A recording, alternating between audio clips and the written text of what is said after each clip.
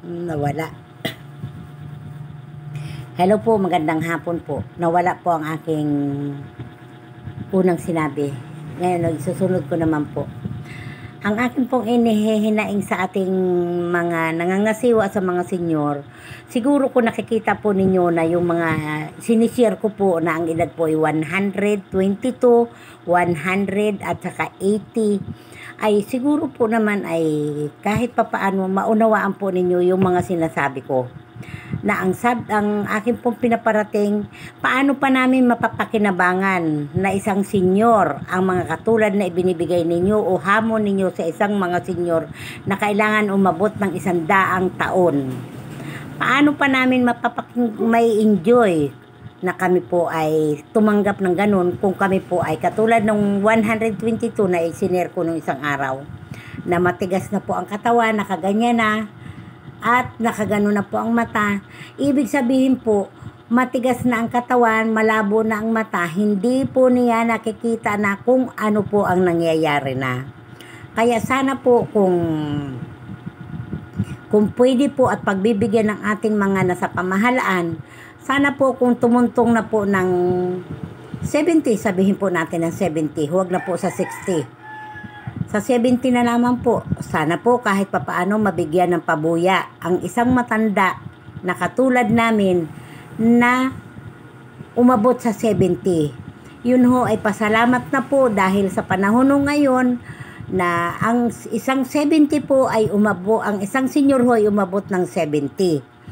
Ngayon ho, kahit hindi naman ho kalakihan kung dating ho ng birthday nila na 70, 80, 90, o 100, ay sana po ay magkaroon ng ganansya dahil kung halimbawa po sa edad na 70 na kagaya ko po, ay mapakinabangan ko naman po kahit papaano makapunta ako sa isang grocery, bit-bit ko yung pera na ibinigay ng ating gobyerno na ibibili ko po ng gatas ng aking magugustuhan na pagkain.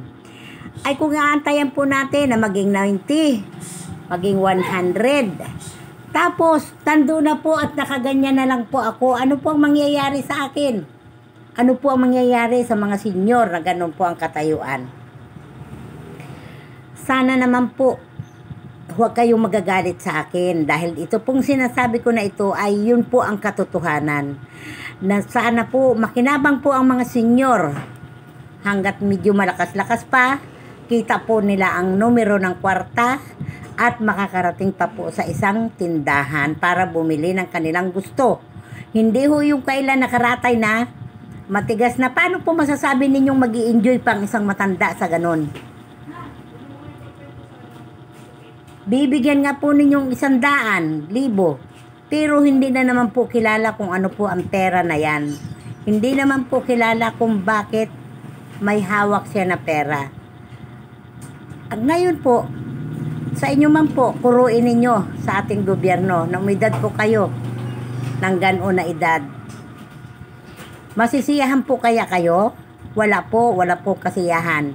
Dahil ang may kasiyahan po doon ay yung mag-aagawa ng mga anak dahil po sa umidad ng 100, may 100,000. Pero yung matanda ho, nakatingalay nga, hindi po alam kung ano ang nangyayari na. Hindi po kilala na rin ang mga apo na para bigyan. Kaya sana po, sa mga nangangasiwa ng senyor, tama po yung sinasabi ni Senadora Amy Marcos, na hanggat maaari mapakinabangan naming mga senyor ang mga dapat pakinabangan. At katulad din po ninyo, magiging senyor din po kayo pagdating ng araw. Pakikinabangan din po ninyo ang hinaing ko na ito.